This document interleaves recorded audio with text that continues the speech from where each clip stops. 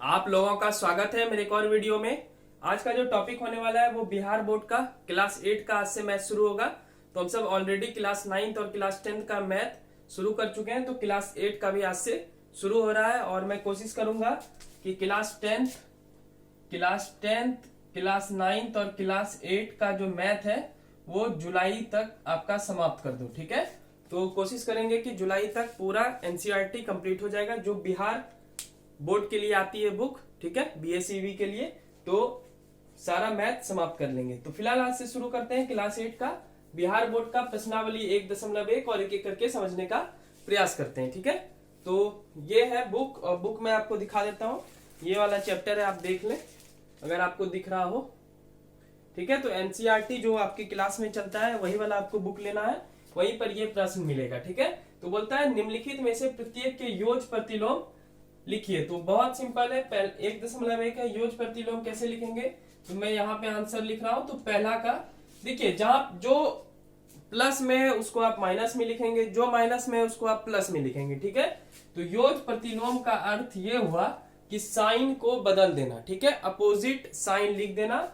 जैसे पहला क्वेश्चन है 2/3, तो 2/3 को आप क्या लिखेंगे, 2/3 को माइनस में कन्वर्ट करेंगे तो -2/3, यही हो गया आपका आंसर, ठीक है। अगर हम दूसरा क्वेश्चन ले 25/9, तो क्या 25 में माइनस है, 25/9 में कहीं पर भी माइनस, तो आप देखेंगे नहीं है माइनस, तो आपको माइनस देना है, यानी -25/9, यही हो गया आंसर। तीसरा नंबर आगे बढ़ते हैं। अब ये वाला क्वेश्चन में -16 दिया गया है, तो -16 को आप कन्वर्ट करेंगे तो क्या हो जाएगा, +16, यानी सिर्फ 16 हो गया। चलिए 4 नंबर देखते हैं, -15/8। अब -15/8 है तो माइनस है, तो इसको क्या लिखेंगे, 15/8, सिंपल सा बात है। फिर चलते हैं पांचवा, जीरो को क्या लिखेंगे, सिर्फ जीरो। जीरो ना तो धनात्मक है ना तो ऋणात्मक है, यानी ना वो प्लस वाला है ना वो माइनस वाला है, ठीक है। चलिए आगे बढ़ते हैं 6 नंबर। अब ये सवाल में कंफ्यूजन होगा, क्योंकि आप देखेंगे कि माइनस है, तो माइनस जब है तो माइनस और माइनस कट गया। अब ये क्या बच गया, 5/7, यानी ये अब किस में आ गया, ये अब प्लस में आ गया, तो इसको कन्वर्ट कर दे माइनस में, तो -5/7, ठीक है। 6 नंबर तक यहाँ देख लिए। 7वां देखते हैं, पहले इसे मुझे मिटाना पड़ेगा, जल्दी से आप इसे नोट डाउन कर लें, उसके बाद हम सब 7वां बढ़ेंगे। चलिए मैं यहाँ पे लिख देता हूं, नहीं तो ये रहा 7वां। 13 है -5, तो यहाँ पे एक माइनस है, तो माइनस के बदले में क्या होगा, प्लस, यानी 13/5, यही हो गया आपका आंसर। यहाँ इसका आंसर ये हो गया।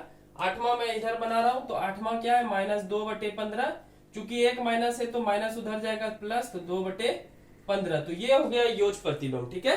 तो योज प्रतिलोम का मतलब यही हो गया कि साइन को आप बदल देंगे, सिंपल सा बात है, कुछ इसमें करना नहीं है। अब आगे बढ़ते हैं दूसरे नंबर में। दूसरा नंबर क्या बोलता है, निम्नलिखित सारणी के खाली स्थान को भरिए। यहाँ पे क्या था, योज प्रतिलोम, यहाँ पे ध्यान देंगे। योज प्रतिलोम में हम सब साइन को बदले थे, लेकिन यहाँ क्या है, गुणन प्रतिलोम। इसमें क्या करेंगे, देखिए -13, अब इसके नीचे कुछ नहीं है तो 1 होगा, इसको उल्टा दिया, 1/-13, तो आपको सिर्फ इसको रिवर्स कर देना है। 5/4 है तो उल्टाएंगे तो क्या हो जाएगा, 4/5, क्योंकि यहाँ पे क्या बोला है, गुणन प्रतिलोम निकालने, तो इसलिए 4/5 हो गया। इसको उल्टा दे तो -7/4, बहुत सिंपल है। अब देखिए यहाँ माइनस और माइनस कट जाएगा, तो उल्टा देंगे तो क्या हो जाएगा, 8/5, या -8/-5 भी लिख सकते हैं आप, कोई दिक्कत नहीं है। लेकिन ये कट जाएगा तो यहाँ पे कटा सकते हैं, यहाँ पर भी कटा सकते हैं। -1 को रिवर्स करेंगे तो इसके नीचे कुछ नहीं है तो 1 है, उल्टाएंगे तो -1 ही रह जाएगा। साइन को इसमें नहीं बदलना है। तो सिंपल सा बात, 2 बात आप यहाँ पे सीख गए होंगे। क्या क्या मैं आपको यहाँ पे लिख कर बता देता हूँ। ये आपका आंसर हो गया, जो भी मैं बॉक्स में भरा हूं। योज प्रतिलोम जब होगा, इसको आप लिख लें कॉपी में। योज प्रतिलोम जब होगा तो आपको चिन्ह, यानी जोड़ घटाव जो है उसको बदलना होगा, चिन्ह को बदलना होगा, बदलना है, ठीक है, चिन्ह को बदलना है। और गुणन प्रतिलोम जब होगा, गुणन प्रतिलोम, तो इसमें क्या करेंगे, गुणन प्रतिलोम में रिवर्स कर देंगे, यानी संख्या का व्युत्क्रम कर देंगे, यानी संख्या का व्युत्क्रम उल्टा, ठीक है। तो संख्या को उल्टा देंगे तो हो जाएगा आपका गुणन प्रतिलोम। योज प्रतिलोम क्या हो गया, चिन्ह को बदल देंगे तो हो जाएगा योज प्रतिलोम। तो 1.1 का ये पहला और दूसरा नंबर था। चलिए जल्दी से इसे नोट डाउन कीजिए, उसके बाद हम सब आगे वाले प्रश्न को देखते हैं, ठीक है।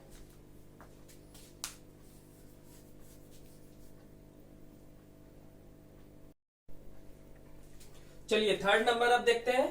सेकेंड तक हम सब देख लिए थे। तो इसमें क्या बोलता है, उचित गुणधर्मों का उपयोग से निम्नलिखित का मान ज्ञात कीजिए। मुख्यतः इसको सॉल्व करना है। तो चलिए पहला नंबर पहले बनाना स्टार्ट करते हैं। तो पहला क्वेश्चन है 4/3 plus 3/5 plus minus 2/3 plus minus 11/5। इसको सॉल्व करना है। तो देखिए बहुत सिंपल है, 4/3 आप लिख देंगे, 3/5 लिख देंगे, प्लस और माइनस क्या होता है -2/3, प्लस और माइनस क्या हुआ -11/5। अब 3 5 का आप एलसीएम ले लेंगे। सिंपल है, कैसे लेंगे, अगर लघुत्तम नहीं आता है तो आप सीख लें। कम से कम 2 मिलना चाहिए एक टेबल में, तो 3 में मिल रहा है, 3 एका 3, 3 एका 3, ठीक है। जो नहीं मिल रहा है उसको उतार देंगे। 5 देखिए, 5 एका 5, 5 एका 5 यानी 5 तिया 15, ये क्या हो जाएगा 15। एलसीएम क्या हो गया हमारा 15। अब सिंपल है, 3 में 15 कितना टाइम में मिलता है, तो 3 में 15 5 बार में मिलता है। और ऊपर क्या है, इसके सर के ऊपर क्या है 4, तो 4 गुना 5 करेंगे क्या हो जाएगा 20, ठीक है। आगे बढ़ते हैं, 5 में 15 कितना बार में मिला है 3, और ऊपर क्या है 3, तो 3 गुना 3 करेंगे क्या हो जाएगा 9। जो साइन रहेगा वही उतारेंगे, माइनस हो गया। 3 में 15 फिर से 5 बार में मिलेगा, 5 गुना 2 करेंगे अगर आप तो हो जाएगा 10। 5 में 15 कितना बार में मिल रहा है 3, और 3 गुना 11 करेंगे तो क्या हो जाएगा 11 तिया 33। सिंपल सा बात है। अब देखिए जमा वाला जो है उसको जमा के रूप में लिखेंगे, कर्ज वाला जो है उसको कर्ज के रूप में लिखेंगे। कर्ज का मतलब हुआ जो माइनस में है उसको आप माइनस में लिखेंगे, और जो प्लस में उसको आप प्लस में लिखेंगे। तो 20 और 9 को जैसे ही आप जोड़ेंगे तो हो जाएगा 29, क्योंकि इसके आगे भी प्लस है और इसके आगे भी प्लस है। कर्ज वाला जैसे जोड़ेंगे तो माइनस और माइनस होता है प्लस।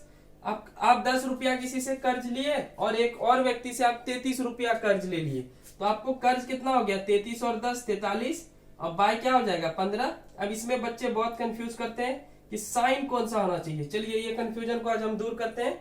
देखिए आपके पास है 29 और 43, इसके आगे कुछ नहीं है तो प्लस है, ठीक है, प्लस छिपा रहता है। सबसे पहले आपको प्लस माइनस सीखना चाहिए क्या है, तो प्लस और माइनस क्या होता है माइनस। जैसे ही माइनस बोले तो 43 में 29 को आप घटा देंगे तो हो जाएगा 14। अब भाई साइन किसका होगा, तो देखिए सिंपल सा लैंग्वेज में आपसे पूछे कि 29 बड़ा होगा कि 43, तो आप बोलेंगे 43। तो 43 के आगे क्या है साइन माइनस, तो इसलिए यहाँ पे आ गया माइनस। इसका मतलब यह हुआ कि जो बड़ा अंक रहता है उसी का हम सब साइन को लिखते हैं, ठीक है। तो उसी के साइन को हम सब लिख दिए। अब बाय क्या हो जाएगा 15, यही हो गया इसका आंसर, ठीक है। तो 29 माइनस 43/15। चलिए आगे बढ़ते हैं, जल्दी से इसे नोट डाउन कीजिए, उसके बाद हम सब आगे बढ़ते हैं। चलिए सेकेंड नंबर इसका क्वेश्चन देखते हैं हम सब। तो सेकेंड नंबर जो है ये रहा, पहला तो हम सब बना लिए। तो सेकेंड नंबर 2/5 है। चलिए मैं इसे रब कर देता हूं, चलिए यहीं से बना लेते हैं, ठीक है।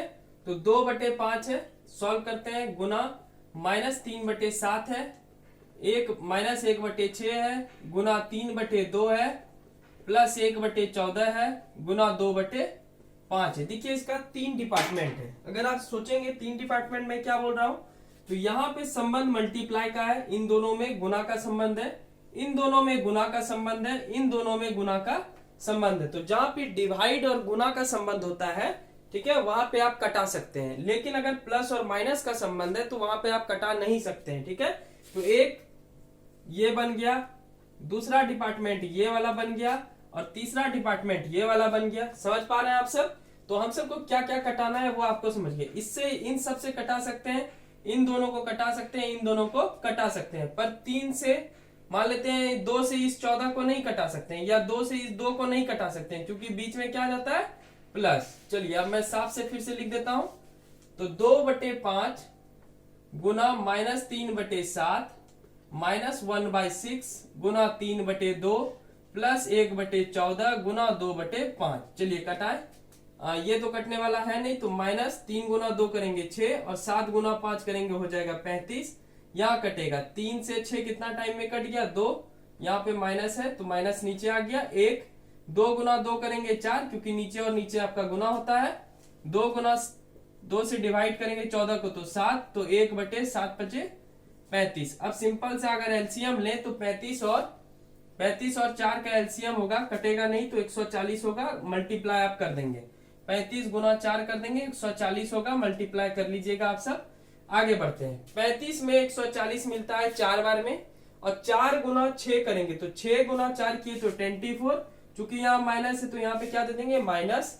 4 में 140 कितना बार में मिलता है 35, और 35 गुना 1 करेंगे तो क्या हो जाएगा 35 प्लस 35 में 140 कितने बार में मिलता है 4 बार में, और 4 गुना 1 करेंगे तो हो जाएगा 4। अब -24 और -35 को अगर आप जोड़ेंगे तो हो जाएगा -59 अब बटे +4/140। अब मैं प्लस माइनस को बार बार आप सबको बता रहा था, तो माइनस प्लस क्या होता है, सबसे पहले माइनस, तो 59 में 4 को घटा दें हो गया 55।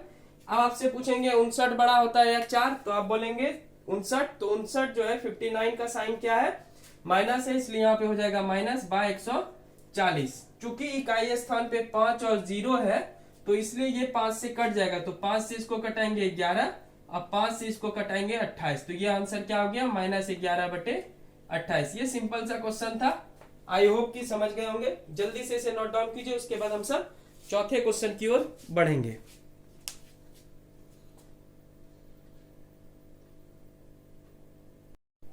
चलिए चौथा नंबर देखते हैं, क्या बोलता है 5/18 को -7/72 के व्युत्क्रम से गुना करें। यह व्युत्क्रम देख के ही बहुत का माथा भारी हो गया होगा कि क्या चीज है, कुछ भी नहीं है, व्युत्क्रम का अर्थ होता है उल्टा, ठीक है। तो 5/18 को का मतलब क्या गुना, चूंकि यहाँ गुना लिखा है इसलिए गुना हो गया, इसका व्युत्क्रम तो इसको उल्टा दे तो 72 ऊपर चले जाएगा और -7 नीचे, सिंपल सा है। 18 में 72 4 बार में मिलता है, तो 5 गुना 4 करेंगे 20, -7, माइनस को हमेशा ऊपर लिखा जाता है तो -20/7, यही हो गया आपका आंसर। ये क्वेश्चन समझते हैं पांचवा। इसमें सिर्फ आपको पूछ रहा है गुणधर्म, तो -1, यहाँ पे 3 आदमी का रोल है, -1/3, 1/2 और 1/4। तो -1/3 को आप ए मान लें, 1/2 को आप बी मान लें और 1/4 को सी मान लें, ठीक है। तो इसको आप क्या लिख देंगे, अगर इस समीकरण को हम पूरा लिखें इस प्रकार से, ठीक है, यहाँ पे बराबर -1/3 गुना 1/2 प्लस -1/3 गुना 1/4।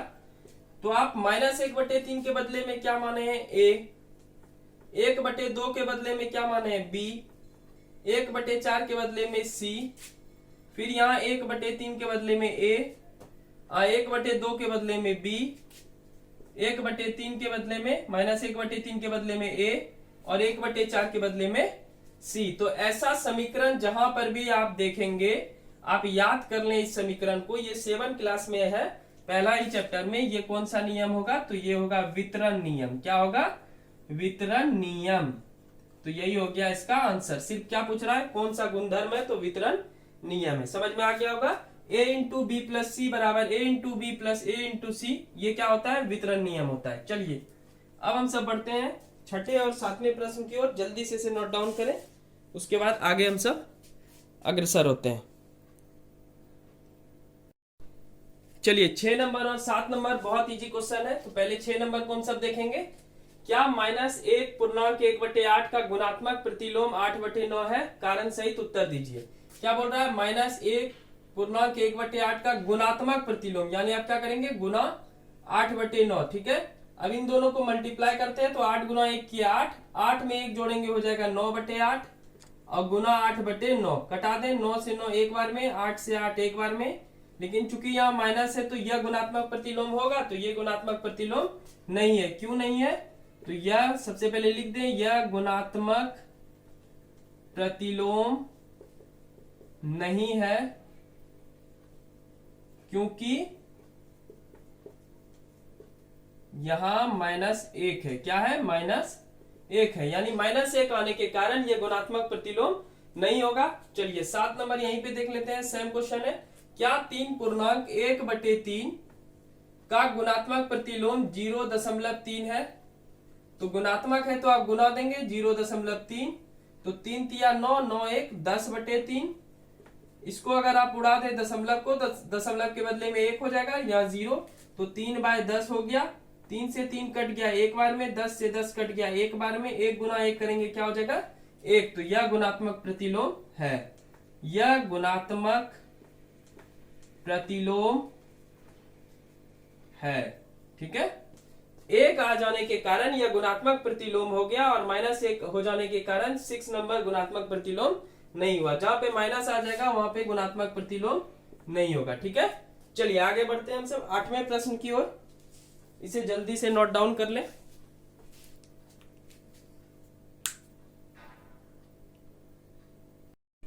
इस क्वेश्चन में बोलता है निम्नलिखित को वितरण नियम की सहायता से हल कीजिए। ठीक है, वैसे तो ये सिंपल सॉल्व हो सकता है, पर चूंकि वितरण नियम बोल दिया है तो इसमें एक सूत्र का अप्लाई करेंगे। सिंपल क्वेश्चन है, कुछ इसमें ज्यादा डिफिकल्टी नहीं है। तो -3/4 2/3 प्लस -5/6। देखिए इसमें 3 आदमी है, तो -3/4 को आप ए मान लें, 2/3 को आप बी मान लें, और -5/6 को सी मान लें। ठीक है, वितरण नियम क्या कहता है, जैसे ये क्वेश्चन है तो -3/4 को हम क्या माने हैं, तो -3/4 को ए माने, इसको आप लिखेंगे। ठीक है, इसको रफ नहीं समझेंगे। 2/3 को क्या माने हैं, बी। ठीक है, प्लस -5/6 को क्या माने हैं, सी। इसको घेर दें। अब ये बराबर क्या होगा, अगर वितरण नियम के अनुसार जाने तो a गुना बी होता है और a गुना सी होता है। सिंपल सा बात है, a गुना बी और a गुना सी। अब हम सब इस साइड सॉल्व करेंगे और आंसर आ जाएगा। तो a का वैल्यू हमारा क्या है, -3/4, तो a के जगह आप लिख दें -3/4। b क्या है 2/3, तो b के जगह पे लिख दें 2/3। ठीक है, a के जगह पे क्या लिख देंगे, बीच में प्लस होगा,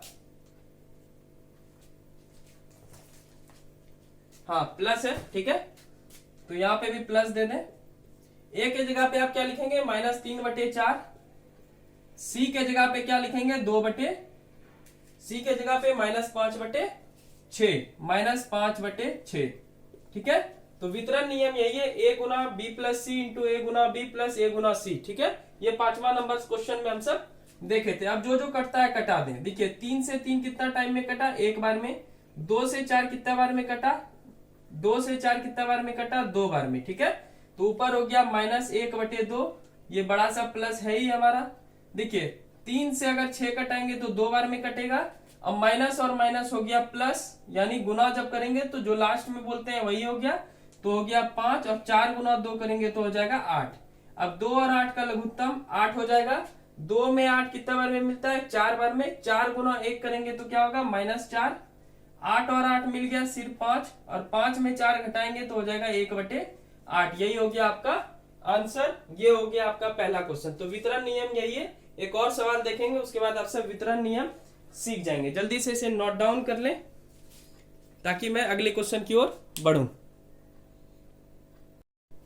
चलिए सेकेंड नंबर देखते हैं। यहाँ पे 3 के जगह पे 5 होगा, गलती से 3 लिखा गया था, तो इसको a मान लें, फिर 5/6 हो जाएगा। b क्या हो जाएगा, -2/5, और c हो जाएगा हमारा 3/10। अब अगर वितरण नियम लिखें तो a Guna b plus c बराबर a Guna b plus a Guna c, यही होता है। ठीक है, ये हो गया आपका वितरण नियम। अब a के जगह पे 5/6 हो जाएगा, -2/5 है ही, 3/10 है ही, हम सबको इधर बैठाना है। ठीक है, तो a के जगह पे आप क्या लिख देंगे, 5/6। b के जगह पे आप क्या लिख देंगे, -2/5। a के जगह पे फिर 5/6, और c के जगह पे हमारा हो जाएगा 3/10। ठीक है, जो कटता आप कटा देंगे। तो 5 से 5 एक बार में कट गया, 2 से 6 3 बार में कट गया, तो माइनस प्लस माइनस 3 हो गया। यहाँ पे सिर्फ आप प्लस उतार दें। देखिए 3 में 6 2 बार में कट गया, 5 में 10 2 बार में कट गया, ऊपर 1 बचा, तो 2 गुना 2 करेंगे क्या हो जाएगा, 4। अब 3 और 4 का जब एलसीएम लेंगे तो हो जाएगा 12। 3 में 12 कितना बार में मिलता है, 4, और 4 गुना 1 करेंगे तो हो जाएगा -4। 4 में 12 कितना बार में मिलता है, 3, और 3 गुना 1 करेंगे तो हो जाएगा 3, यानी -1/12। यही हो जाएगा आपका आंसर, क्योंकि माइनस प्लस क्या होता है माइनस, 4 बड़ा है तो 4 के आगे माइनस है, इसलिए यहाँ पे हो गया माइनस। तो ये था 8वां का दूसरा नंबर क्वेश्चन, जिसको हम सब देख लिए। अब है मिलान करने वाला, जिसका आंसर सिर्फ देख लेंगे हम सब जल्दी से, उसके बाद वीडियो का अंत करेंगे। ठीक है, तो आप जल्दी से इसे नोट डाउन कर लें।